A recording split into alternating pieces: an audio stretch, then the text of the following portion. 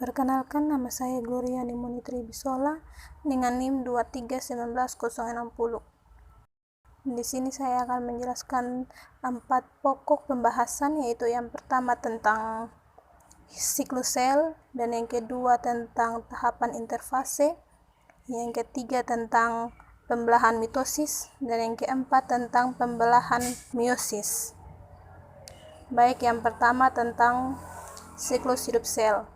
Siklus hidup sel merupakan serangkaian proses yang terjadi dalam fase hidup sel. Sederhananya, siklus hidup sel ini bertujuan untuk perkembangan dan pertumbuhan dari sel itu sendiri. Siklus ini awalnya dengan pembelahan sebuah sel induk dan diakhiri dengan terbentuknya sel anak atau kematian sel. Dan yang kedua, tahapan interfase. Tahapan interfase merupakan fase persiapan pembelahan.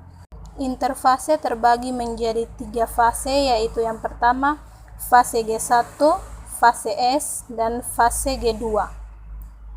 Yang pertama, fase G1 adalah fase paling lama antara fase-fase lain, yakni selama 11 sampai 12 jam.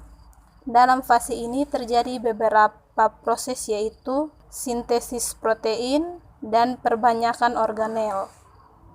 Yang kedua, fase S terjadi kurang lebih selama 8 jam karena terjadi duplikasi atau perbanyakan DNA. Dan yang ketiga, fase G2 terjadi kurang lebih 4 jam, terjadinya perbanyakan organel yang belum perbanyak atau belum selesai, hasilnya berupa DNA salinan. Dan yang ketiga tentang tahapan mitosis sel dan bagian tahapannya. Jenis pembelahan sel ada 2, yaitu yang pertama mitosis dan meiosis. Pembelahan mitosis terjadi pada sel-sel tubuh atau sel somatik. Pada pembelahan mitosis ini dihasilkan oleh kromosom sama dengan kromosom sel induk.